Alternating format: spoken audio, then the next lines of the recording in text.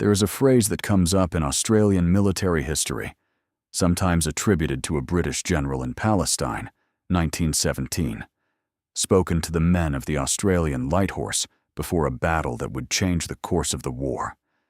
The phrase is remembered because it captured something the soldiers already knew. You useless colonials.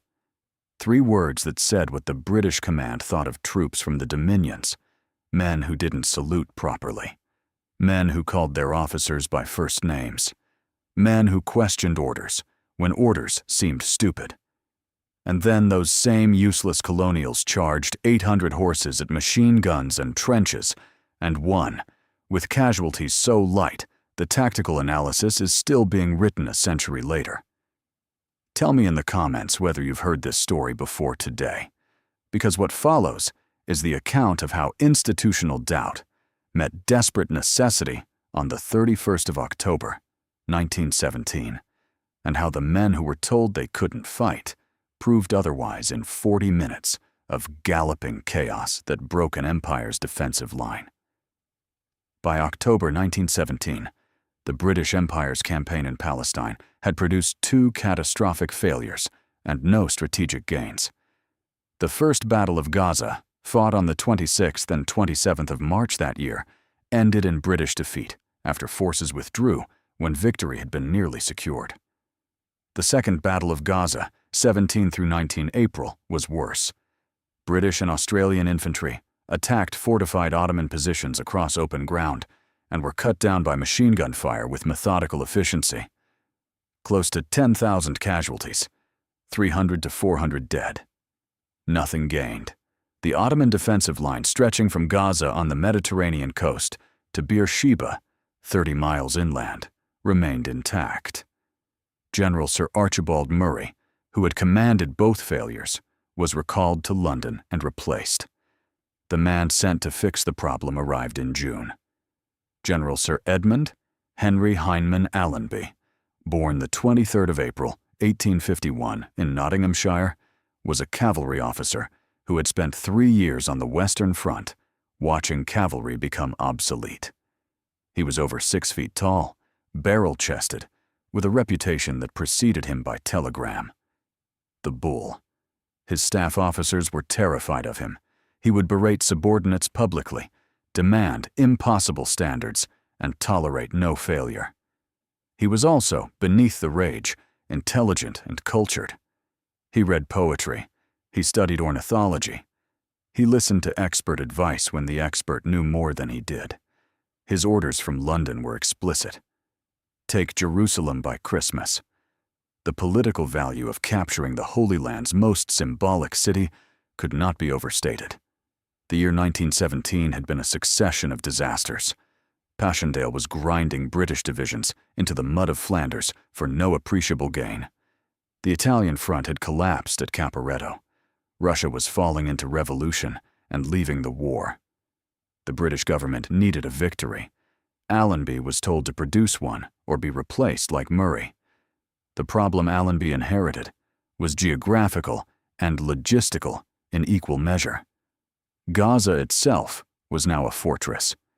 The Ottomans had spent 6 months fortifying positions that had already proven impregnable twice. A third frontal assault would be suicide. But the Ottoman defensive line was 30 miles long, anchored on the east by Beersheba, a small town at the edge of the Negev desert. Beersheba mattered for one reason: water. 17 wells existed in and around the town. In desert warfare, armies moved from water source to water source. Without water, horses died within 2 days. Men died within 3. The British Empire's Desert Mounted Corps, which included the Australian Light Horse Brigades, numbered thousands of mounted troops operating at the extreme edge of their logistical capacity. They were already on half-water rations by late October. If Beersheba could be taken, the entire Ottoman line would be outflanked. If the attack failed, the mounted force would have to retreat across the desert or die of thirst where they stood. Allenby approved a plan his staff had developed: deceive the Ottomans into expecting a third assault on Gaza, while the real blow fell at Beersheba. Deception operations throughout October were designed to be obvious. British forces made visible preparations for another Gaza attack: artillery bombardments, troop movements observable from Ottoman positions. A staff officer's haversack containing false operational plans was left where Ottoman scouts would find it. The ruse was elaborate and thorough. The British planted evidence of a coming assault on Gaza while secretly moving tens of thousands of troops eastward under cover of darkness. Ottoman intelligence reported exactly what the British wanted them to report. Another Gaza attack was imminent. The real movement was happening in darkness, thousands of troops shifting east across the desert toward Beersheba's undefended approaches. The plan required 3 phases. Move the forces into position without detection. Attack at dawn from multiple directions to fix Ottoman attention. Capture the town and the wells before sunset on the 31st of October. The last requirement was not negotiable. If the wells were not secured by nightfall, Ottoman engineers would destroy them in darkness, and the entire operation would collapse into a retreat that would cost more lives to thirst than to combat. Major General Sir Harry Chauvel commanded the Desert Mounted Corps. Born the 16th of April, 1865, at Tabulum, New South Wales, he was the first Australian to command a corps in the British Empire's military structure. He had fought in the Boer War as a junior officer with the Queensland Mounted Infantry. He had commanded the 1st Light Horse Brigade at Gallipoli, where his men fought dismounted in trenches because there was no room for horses on that blood-soaked peninsula. He had been promoted through the Sinai Campaign, where the Light Horse had proven their worth in mobile desert warfare, defeating Ottoman forces at Romani in August 1916 and pursuing them across the Sinai for weeks. Chauvel was cautious and methodical. He trusted his men. They trusted him. But he also understood that in the British command structure, an Australian general operated under scrutiny that British generals did not face. Every decision was examined. Every failure would be attributed to colonial inadequacy. Every success would be credited to British planning. Chauvel had spent his entire career navigating this reality. He knew that no matter how well his men performed, there would always be British officers who viewed Australian troops as second-rate. The men Chauvel commanded were unlike any force the British Army had produced. The Australian Light Horse were not cavalry in the European sense. British cavalry charged on horseback with sabres and lances, designed for shock and mass. The Light Horse used horses for mobility and fought dismounted as infantry. Their doctrine, practiced across years of training, was explicit. Ride to the battle, dismount, fight with rifles. The horses were held in reserve by handlers, while the rest of the troopers advanced on foot with covering fire. They carried short-magazine Lee Enfield rifles, the same weapon British infantry used, with a 10-round magazine and effective range over 500 meters. They carried 12-inch sword bayonets, not cavalry sabers. They wore slouch hats with one side pinned up, not helmets. They looked like irregulars. To British regular army officers schooled at Sandhurst and raised in a culture where parade ground discipline was the measure of military worth, the Light Horse appeared undisciplined. Officers and enlisted men spoke to each other with a familiarity that violated every assumption about rank and class. Orders were questioned if they seemed tactically unsound. Salutes were given when necessary, but not with the precision British sergeants demanded. The Australians called it egalitarianism. The British called it insubordination. Whether General Allenby personally called the Australians useless colonials is a question the historical record cannot definitively answer. What the record does hold is this. In January 1942, decades after Beersheba, the official historian H.S. Gullett published his account of the Palestine campaign. British officers protested. A controversy erupted over what was termed allegations of a slight against Allenby and Gullett's portrayal of British attitudes toward Australian forces. The New Zealand Herald, 20th of September, 1919, documented the dispute. British command had been accused of skepticism toward colonial troops. Gullett defended his account. The argument was never about whether the skepticism existed. The argument was about whether it should have been written down. Multiple Australian soldiers' letters and diaries from 1917 reference British officers' condescension. The sentiment was known. Whether those 3 specific words were spoken by Allenby or another officer, or were simply the distillation of 100 smaller insults compressed by memory into a single phrase, matters less than what is certain. The British command doubted the colonials. The colonials knew they were doubted, and that knowledge was about to be tested by circumstances that would leave no room for misunderstanding. The horses the light horse rode were called whalers, mixed-breed Australian stock averaging 15 to 16 hands high. They were renowned for heat tolerance, stamina in desert conditions, and docile temperament under fire. These horses had been bred in New South Wales and other Australian colonies, specifically for military and station work. They could survive on poor forage and limited water in ways that European horses could not. By the morning of the 31st of October, those horses had been on half-water rations for days. They were thirsty, tired, and hours away from the point where dehydration would render them combat ineffective. The 4th Light Horse Brigade, composed primarily of the 4th Light Horse Regiment from Victoria and the 12th Light Horse Regiment from New South Wales, Tasmania, and South Australia, numbered roughly 800 mounted men. Brigadier General William Grant commanded them. They had fought at Gallipoli. They had pursued Ottoman forces across the Sinai. They had never attempted what they were about to be ordered to attempt, because what they were about to be ordered to attempt violated every principle of mounted infantry doctrine and most assumptions about modern warfare. The sun came up on the 31st of October, 1917, over a landscape that offered no cover and no mercy. Beersheba sat at an elevation of nearly 275 meters above sea level, surrounded by rolling desert country cut by wadis, the dry riverbeds that provided the only concealment for approaching forces. The Ottoman garrison numbered between 4,000 and 5,000 troops, entrenched on ridges southeast and east of the town. Machine gun positions covered the approaches. Artillery was sighted to engage targets at range. The defensive line had been prepared over months. 3 kilometers southeast of Beersheba, a hill system called Tel El Saba anchored the Ottoman left flank. If Tel El Saba did not fall, no assault on Beersheba could succeed. The plan called for the New Zealand Mounted Rifles Brigade to take it. At 5:30 in the morning, British artillery opened fire on Ottoman positions southwest of Beersheba.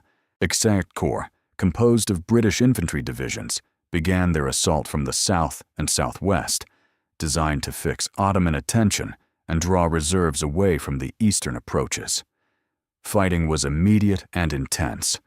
Ottoman defenders dug into positions they had spent months improving, gave ground slowly, and made the British pay for every meter. Within hours, the battle had spread across multiple sectors. The New Zealand Mounted Rifles engaged at Tel El Saba. Progress was slower than the operational timetable required. Ottoman machine guns swept the approaches. Artillery fire was accurate. The ridge did not fall quickly. By noon, the assault was hours behind schedule. Ottoman commanders had positioned their strongest units on Tel El Saba precisely because they understood its strategic importance. The New Zealanders fought with determination, but the ground was difficult, and the defenders were skilled. Each trench had to be cleared. Each position had to be taken at close range. Chauvel, monitoring reports from his headquarters, watched the sun track across the sky and calculated the mathematics of disaster. Sunset on the 31st of October at Beersheba would occur around 1800 hours. 6 in the evening. At 1400 hours, 2 in the afternoon, Tel El Saba had finally been secured after brutal close-quarters fighting. The New Zealand Mounted Rifles had prevailed, but the cost in time was severe. The main Ottoman trenches northeast of Beersheba, the positions directly covering the town and the wells, remained in Ottoman hands. Roughly 2.5 hours of daylight remained. Staff officers presented Chauvel with an assessment of options. None were acceptable. Option 1. Continue the dismounted assault. The 3rd Light Horse Brigade would attack in the conventional manner, dismounting and advancing as infantry with supporting fire. Estimated time to reach the trenches and suppress resistance sufficiently to enter the town, 2 to 3 hours. The sun would set before success. In darkness, Ottoman engineers would destroy the wells. Without the wells, the desert-mounted corps would be forced to retreat immediately or face catastrophic casualties from dehydration alone. Option 2. Launch a night assault. Coordination in darkness across broken ground would be nearly impossible. Ottoman engineers would have additional hours to complete demolition preparations. Friendly fire incidents and night fighting were common and deadly. Option 3. Retreat. Abandon the attack. Accept that the entire operation, the deception, the movement of forces, the day's casualties, had produced nothing. March back across the desert on dwindling water supplies and explain to London why Jerusalem would not be taken by Christmas. Option 4 existed only because desperation creates space for ideas that would otherwise be rejected immediately. Charge mounted. Attack at the gallop with the 4th Light Horse Brigade. Ride directly at fortified positions defended by machine guns and artillery. Violate every lesson the Western Front had taught about cavalry against prepared defenses. Accept that casualties would likely be catastrophic. But if the charge succeeded, if speed and shock could break the Ottoman line before darkness fell, the wells could be secured intact. Chauvel chose option 4. The order went to Brigadier General Grant, 4th Light Horse Brigade to attack mounted. Grant's initial response, according to accounts preserved at the Australian War Memorial, was disbelief. Then he understood the calculation. The alternative to charging was dying of thirst in the desert. When those are your options, you charge. 4 kilometers northeast of Beersheba, in Wadis, that provided concealment from Ottoman observation positions, the 4th and 12th Light Horse Regiments formed up. About 800 men mounted. They checked their rifles. They tightened girths. Some wrote letters they expected would be their last. The order to prepare for a mounted assault spread through the ranks with the kind of silence that precedes actions men know are likely to be fatal. They had trained their entire service lives to dismount before engaging the enemy. They were about to ride into machine gun fire carrying rifles, not sabers, at positions that should, by every tactical principle developed over 3 years of industrialized slaughter in Europe, cut them down before they covered half the distance. Every man in the formation understood the odds. They had all heard stories from the Western Front. Cavalry charges against machine guns ended in massacre. But they also understood that without water, they were dead anyway. At least this way they had a chance. At 1630 hours, 4:30 in the afternoon, the 4th Light Horse Brigade began moving from their assembly areas. They advanced at a walk, then a trot, through the wadis that masked their initial approach. The formation was traditional cavalry lines, waves of mounted men spread across a front close to a mile wide. Ottoman observers on the ridges could see movement, but could not yet discern the full scale of what was coming. At 1645, the Light Horse emerged from the wadis onto open ground. About 2 kilometers of desert, visible from Ottoman positions, lay between them and the trenches. Ottoman artillery observers acquired targets. The first shells began falling among the formation. The second wave adjusted their spacing. Men fell, horses fell. The lines did not break. Officers shouted to maintain formation. The discipline held. They continued forward at the trot, closing the distance, waiting for the signal to charge. At 1650, bugles sounded. The trot became a gallop. 800 horses accelerated to full speed across broken ground, hooves striking hard desert stone, dust rising in a cloud that obscured visibility for riders and defenders alike. Ottoman machine guns opened fire. Rifle fire erupted from the trenches. The distance closed. 1,500 meters, 1,400, 1,300. The light horse were moving at speeds near 20 to 25 kilometers per hour, faster than infantry could charge, faster than Ottoman gunners tracking the approach could adjust their aim. The rough ground caused some defenders to fire high, overshooting targets that were closing too rapidly for conventional range estimation. The sound was deafening. 800 horses at full gallop create a thundering that carries for miles. Add to that the crack of rifle fire, the chatter of machine guns, the explosion of artillery shells, and the yelling of men, and the noise became a wall of sound that made thought nearly impossible. At roughly 800 meters from the trenches, something happened that would determine the battle's outcome more than firepower or tactics. Ottoman defenders expected the charge to halt. This was standard cavalry doctrine, practiced by every European army and understood by every soldier who had faced mounted troops. Cavalry galloped to within effective rifle range, then halted, dismounted, and continued the assault on foot as infantry. The expectation was so ingrained that Ottoman officers had planned their defensive fire accordingly. Concentrate fire at the 800-meter line, break the charge before it could close further, force them to dismount, engage them as infantry. Machine gunners had been instructed to wait until the cavalry reached this range, then open sustained fire. Riflemen had been told to aim for the horses at this distance. The entire defensive plan was built around the assumption that the cavalry would stop. The light horse did not halt. They kept coming.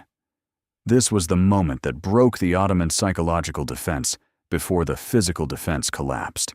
Men standing in trenches, watching hundreds of horses continue past the point where doctrine said they would stop, faced a calculation their training had not prepared them for. You cannot stop a horse moving at full gallop with rifle fire alone, unless you are an excellent shot, and the horse is far enough away that you have time to aim. When the horse is 200 meters away and closing, and you have perhaps 8 seconds before impact, and there are not 10 horses, but 800, and they are not stopping, the calculation becomes existential. Run or be trampled. Ottoman officers began shouting orders, but the noise drowned out commands. Some defenders maintained their positions and continued firing. Others began to waver. The psychological effect of 800 horses refusing to stop, continuing to close at speeds that made them blur in the dust, was something no training manual had addressed. At 1658, about 400 meters from the trenches, Ottoman rifle fire became ragged. Some positions continued firing with discipline. Others went silent. The defenders, who had been most confident, minutes earlier, now faced a reality that contradicted everything they had been told. At 1700 hours, the first wave of the 4th Light Horse Brigade hit the Ottoman trench line, traveling at speeds that made control nearly impossible. Some horses jumped the trenches. Some horses fell into the trenches. Some riders were thrown. Others rode through, leaning from their saddles to strike with bayonets or rifle butts at defenders who had not fled. The sheer kinetic energy of 800 horses arriving simultaneously across a defensive line designed to stop infantry produced a shock that shattered cohesion. Ottoman units that might have held their positions against a dismounted assault broke under the physical and psychological impact of mounted men who had refused to stop when stopping was the only tactically rational choice. The light horse were through the trench line and into Beersheba within minutes. Isolated pockets of Ottoman resistance continued fighting. Most defenders surrendered or fled. The race now was to reach the wells before demolition charges could be detonated. Engineers ran ahead of the main body. Around 1715, the first light horse troopers reached the town center where the wells were located. Ottoman engineers had laid explosives at several wells. Some fuses had been cut by retreating defenders who lacked time to complete ignition procedures. Other charges were found intact, but not yet lit. Australian engineers cut the remaining fuses. Within 20 minutes, with the sun declining toward the horizon, but still visible, Beersheba was secured. The wells were intact. Men and horses pushed toward water with discipline, breaking down in the face of thirst that had been building for days. Troopers drank from the same troughs as their horses. Officers could not maintain order for the first 10 minutes. Everyone drank. The horses, smelling water from hundreds of meters away, had pushed forward with such force that men could barely control them. Some troopers were knocked aside by their own horses in the rush to reach water. The charge had succeeded. 31 men of the 4th Light Horse Brigade were dead. 36 were wounded. Close to 70 horses had been killed or wounded. Out of 800 men engaged, the casualty rate was 8.4%. For comparison, the charge of the Light Brigade at Balaclava in 1854 had suffered 40% casualties in 20 minutes. Western Front cavalry charges against prepared positions typically resulted in 50 to 80% casualties. The Light Horse had charged machine guns and trenches and achieved one of the lowest casualty rates in modern cavalry history. The question that military historians would debate for the next century was why. What combination of factors had allowed 800 men on horses to succeed, where conventional wisdom said they should have been annihilated? The answer is not reducible to a single factor. Multiple elements aligned in a narrow window of time and space, and the removal of any one element might have produced disaster instead of victory. Speed was the primary advantage. Horses covering ground at 25 kilometers per hour presented moving targets that were difficult to track and required constant aim adjustment. Ottoman defenders were trained to engage infantry advancing at walking speed or cavalry that would halt and dismount. Neither training prepared them for targets that closed the distance in minutes while maintaining formation. The human eye and brain struggle to track fast-moving objects across broken ground. Add dust and late afternoon sun, and accurate shooting becomes nearly impossible. Surprise was the second factor. The charge violated Ottoman expectations. Doctrine said cavalry would halt. When the light horse refused to stop, the psychological framework Ottoman officers had used to plan their defense collapsed. Defenders, who had been told to concentrate fire at 800 meters, found themselves still firing at 400 meters, then 200, then hand-to-hand range, with no pause for redeployment. The defensive plan, so carefully prepared, became irrelevant the moment the light horse refused to follow the script. Shock was the third element. The physical presence of 800 horses arriving simultaneously produces a visceral response that statistics do not capture. A man in a trench can shoot at individual targets with discipline when those targets are distant and approaching slowly. When the targets are large animals moving at speed, and there are hundreds of them, and they are seconds from trampling you, discipline becomes survival instinct. Run or die. Many chose to run. The primal fear of being trampled by horses is older than gunpowder. Ottoman soldiers, no matter how well trained, were still human beings, facing a threat that triggered instincts deeper than tactical doctrine. Terrain was the fourth factor. Hard desert ground allowed horses to maintain speed. Western Front mud, which had bogged down every cavalry charge attempted in France and Belgium, was not present at Beersheba. The ground was stone and packed earth. Horses could gallop without losing momentum. Had the ground been soft or muddy, the charge would have slowed to the point where defensive fire could have stopped it. Time of day contributed as well. Late afternoon sun was in the defenders' eyes, reducing visibility and making accurate aim more difficult. Ottoman morale, already shaken by a day of combat across multiple sectors, was fragile. Troops who had been fighting since dawn, who had watched Tel El Saba fall, who understood that British forces were attacking from multiple directions, were not in a psychological state to hold positions against an assault that violated every tactical assumption they carried. The northeastern approach, where the charge came from, was less heavily defended than the southwestern and southern sectors, where the main Ottoman effort had been concentrated. British infantry attacks from the southwest had drawn Ottoman reserves and attention. When the light horse emerged from the wadis to the northeast, they were facing defenders who were not the first-line units. These were garrison troops who had been stationed in what was considered a secondary sector. They were competent soldiers, but they hadn't been reinforced the way the southwestern defenses had been. Finally, and perhaps most importantly, desperation creates clarity. The light horse knew they had to succeed or die in the desert. There was no fallback plan, no reserve position, no possibility of retreat. They rode fast because speed was survival. They did not halt because halting meant failure, and failure meant death by thirst before they could reach water again. This knowledge gave them an edge that Ottoman defenders, who believed they could withdraw if necessary, did not possess. The men who rode into those guns and survived carried memories that decades later retained sensory detail that fear and adrenaline burn into neural pathways.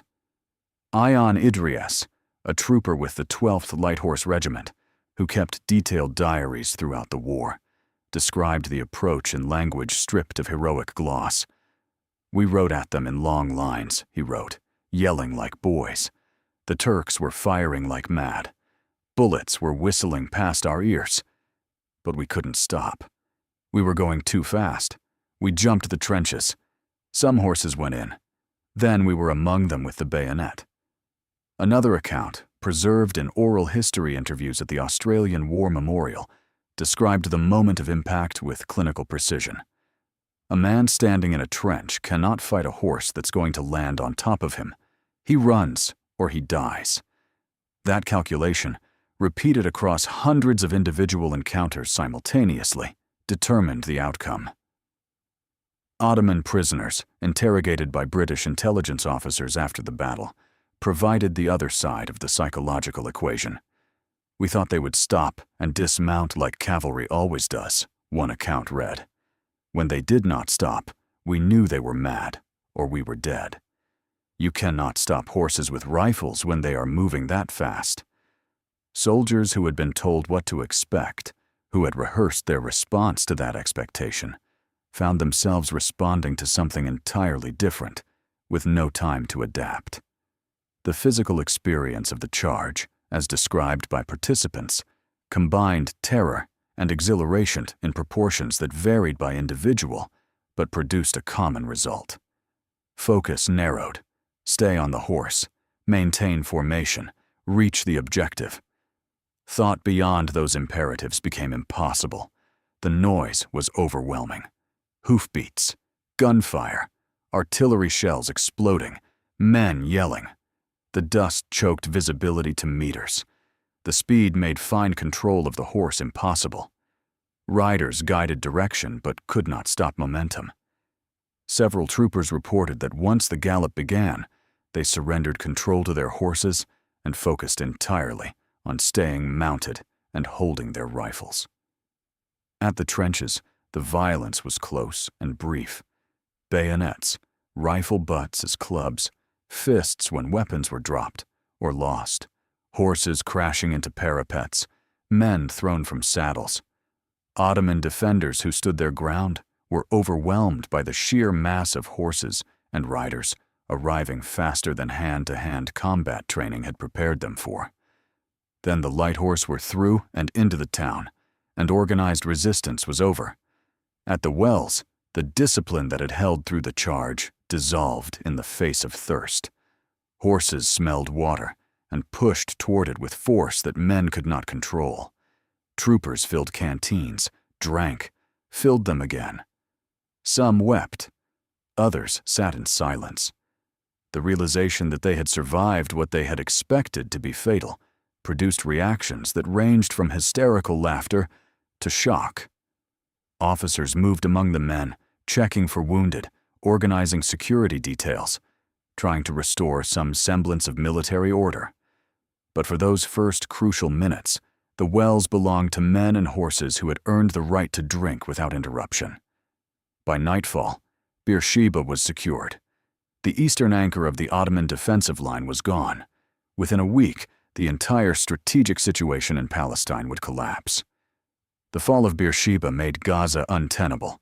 Ottoman forces, facing encirclement, evacuated the city on the 7th of November, 1917.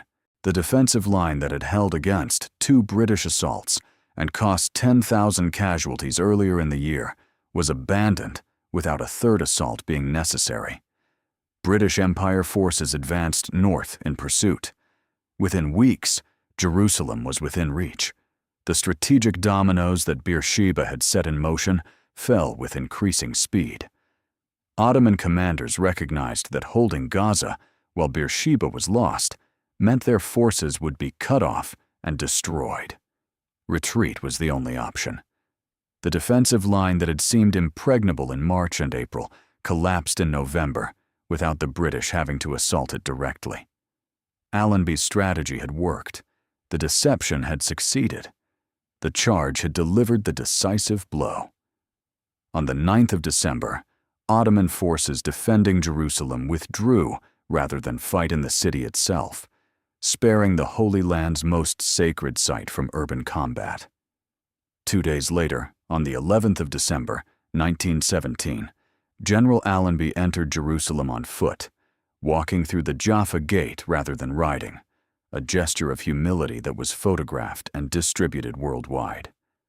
The political and propaganda value of the moment exceeded any tactical consideration. For the first time since the Crusades, Christians controlled Jerusalem. In London, where 1917 had been a year of unrelieved disasters, the news provided something the government desperately needed: a victory. Newspapers that had been filled with casualty lists from Passchendaele now carried photographs of Allenby walking through Jerusalem's ancient streets. The capture of the Holy City was presented as a turning point in the war. Allenby became a national hero overnight. The campaign that began with the charge at Beersheba ended with prayers at the Church of the Holy Sepulchre. The Ottoman Empire's hold on Palestine was broken. The Australian light horse received recognition in Allenby's official dispatch, praise that was unusual coming from a British regular army general toward colonial troops. But recognition in military dispatches and recognition in public memory are not the same thing. The charge at Beersheba, while reported in newspapers in Australia and Britain, did not receive the attention that Gallipoli had generated, or that the Western Front battles consumed. The story was dramatic. The tactical success was undeniable. But the narrative that would emerge in the decades following the war was complicated by questions that had nothing to do with what happened on the 31st of October and everything to do with what was said before it. The phrase "you useless colonials" appears nowhere in official military records from 1917. It does not appear in Allenby's correspondence. It does not appear in Chauvel's papers. It does not appear in contemporary diaries from the period immediately following Beersheba. What does appear is documented evidence of tension between British command and Australian forces. Letters from Australian soldiers reference British officers' condescension. Diaries note instances of parade ground discipline being enforced on troops who saw such discipline as pointless formalism. Official after-action reports from British commanders sometimes included observations about Australian lack of military bearing. The sentiment existed. The institutional skepticism was real. Whether those 3 specific words were ever spoken by Allenby or any other British general is a question the historical record cannot answer with certainty. In 1923, H.S. Gullett published the 7th volume of the official history of Australia in the War of 1914 to 1918, covering the Sinai and Palestine campaign. Gullett's account was detailed, extensively sourced, and critical in places of British command decisions. British officers objected. A controversy erupted over what was described as allegations of a slight against General Allenby in Gullett's portrayal of British attitudes toward the Australian forces. The New Zealand Herald, covering the dispute in September 1919, documented the accusation and Gullett's defense. The argument was not about whether British command had been skeptical of colonial troops. The argument was about whether official history should document that skepticism in language that made British officers uncomfortable. Gullett maintained that his account was accurate. British officers maintained that it was inappropriate. The dispute faded, but the question remained. Over the following decades, as the story of Beersheba was told and retold in books, articles, and commemorative speeches, the phrase "you useless colonials" appeared with increasing frequency. Sometimes it was attributed to Allenby, sometimes to unnamed British officers. Sometimes it was presented as representative of British attitudes rather than a direct quotation. Memory is not a recording device. It is a reconstruction process. Cultural memory, the collective remembering of national communities, compresses multiple incidents into representative narratives. 100 small insults, 1,000 moments of condescension, become one memorable phrase that captures the essence, if not the literal truth. Whether Allenby spoke those words matters less than what is certain. The British military establishment held that attitude. Australian soldiers knew it. And what happened at Beersheba became the Australian reply. The legacy of the charge extends beyond the tactical success or the strategic consequences. It became embedded in Australian national identity as evidence of a particular kind of military capability. Initiative over rigid discipline.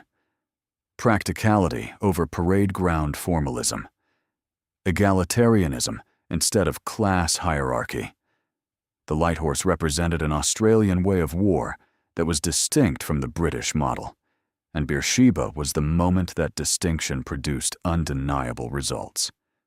The Australian War Memorial in Canberra houses an extensive Beersheba exhibition. Artifacts from the charge, saddles and rifles, and personal effects are displayed alongside photographs and oral history recordings. Light horse memorial statues stand in Brisbane, Adelaide, Melbourne, and Perth. Annual commemorations occur on the 31st of October. Descendants of the men who rode into the guns gather to remember. The story is passed down through families. Photographs of great-grandfathers in slouch hats are brought out. Letters written from Palestine are read aloud. The connection to that afternoon in 1917 remains alive in ways that surprise those who assume military history belongs only in museums.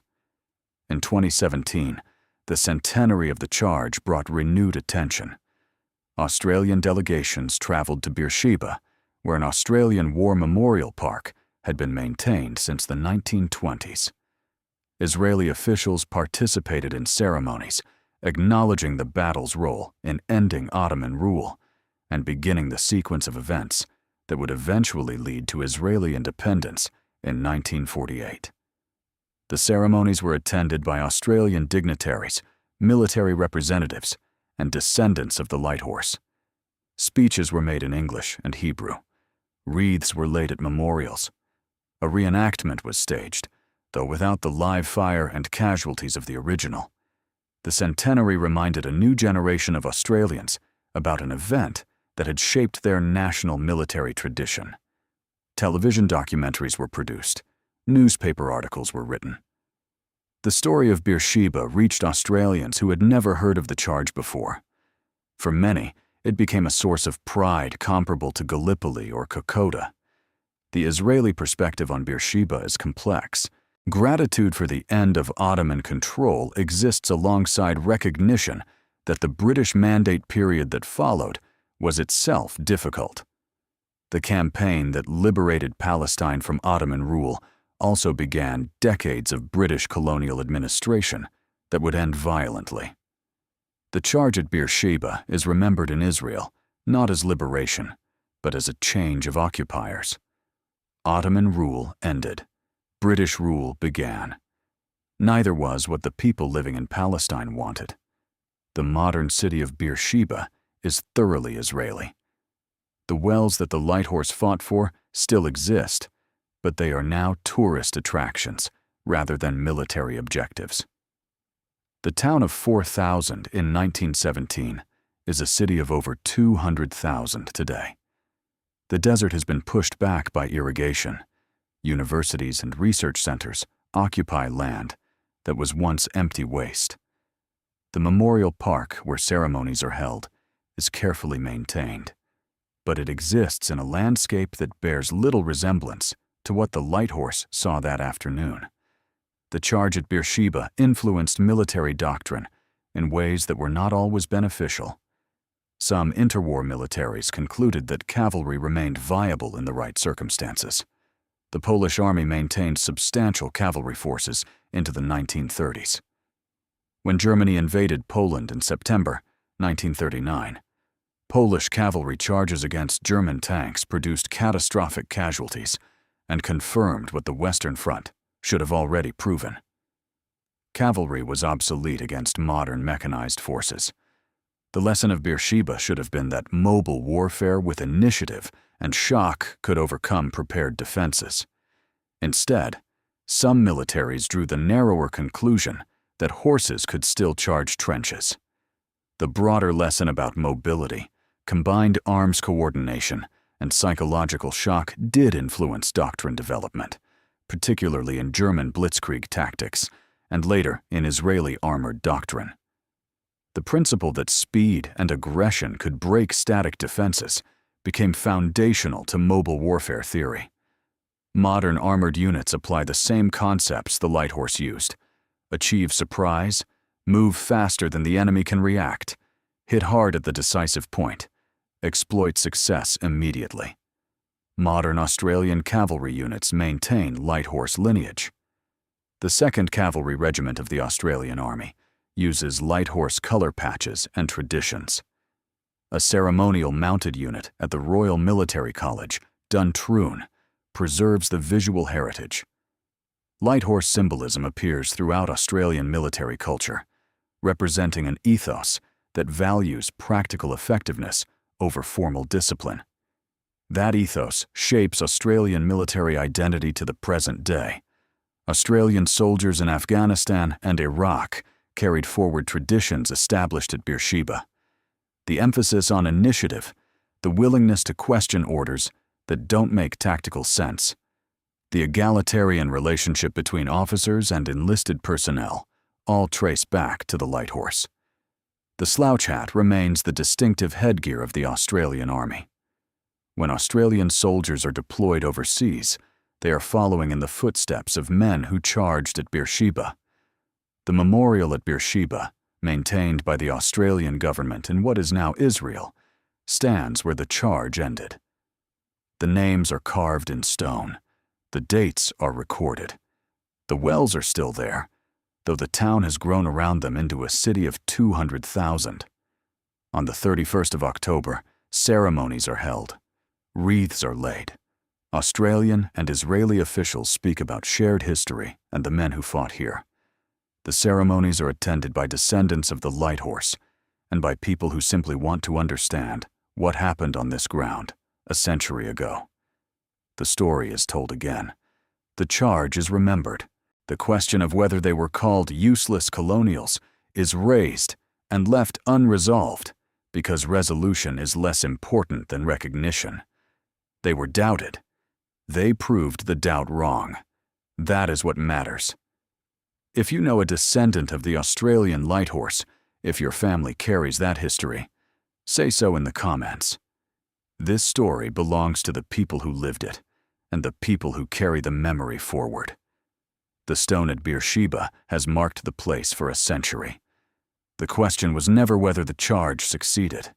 The question was whether the world would remember why it mattered. 800 men with rifles answered institutional doubt with 40 minutes of galloping chaos that broke an empire's line.